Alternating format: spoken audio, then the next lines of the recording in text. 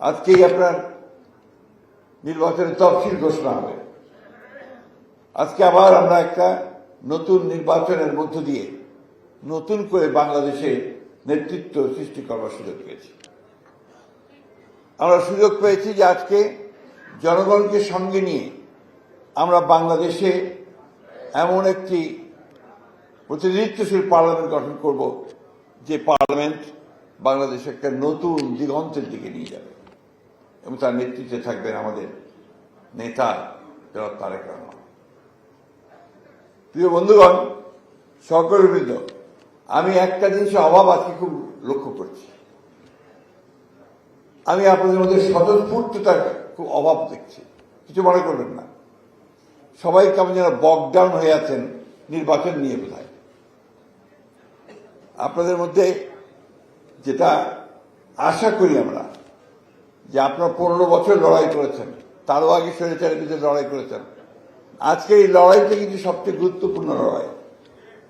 এই লড়াই সবচেয়ে কঠিন লড়াই, যে কথা আমার নেতাও বলেছেন। এই লড়াই আজকে আপনাকে পেছনের একটা টেনে নিয়ে যাওয়ার শক্তি, সেই শক্তির বিরুদ্ধে আজকে আপনাকে সামনের দিকে এগিয়ে যাওয়ার শক্তিকে জয়যুক্ত করতে হবে। সুতরাং এখানে আপনাদেরকে অত্যন্ত শক্তিশালী মনোভাব নিয়ে এগিয়ে হবে। আজকে যে দেশ গড়ার পরিকল্পনা আমাদের নেতা তারেক রহমান দিয়েছেন, এটা একটা অভিনব ঘটনা বাংলাদেশের রাজনীতিতে। আমরা খুব কম দেখেছি যে রাজনৈতিক দলগুলো নির্বাচনের আগে তার দলকে তৈরি করে, যে আমি নির্বাচনে জয়যুক্ত হলে আমরা কি করব, জনগণের জন্য কি করব সেটা তাদেরকে আপনার ইনডক্ট্রিনেট করা, তাদেরকে বোঝানো, এবং যেটা জনগণের কাছে নিয়ে যাবেন আপনারা।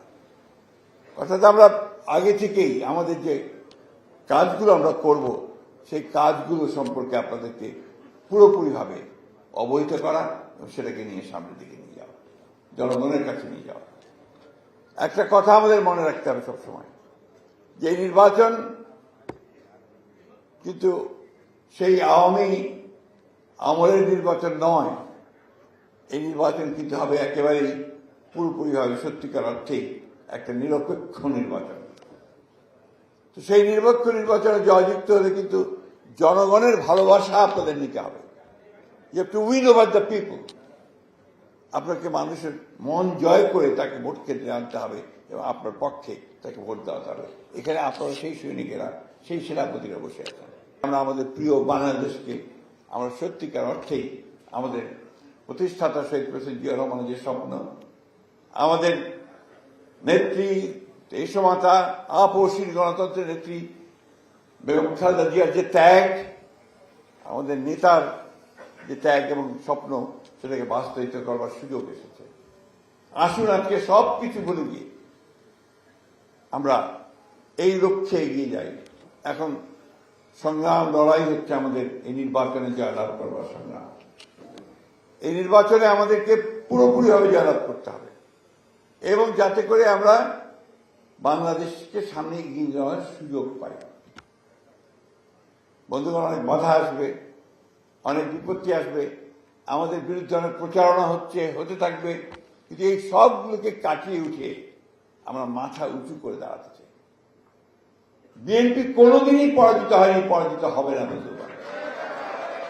বিএনপি হচ্ছে এই দেশের জনগণের দল, বিএনপি হচ্ছে মুক্তিযুদ্ধের দল, বিএনপি হচ্ছে গণতন্ত্রের সংগ্রামের দল।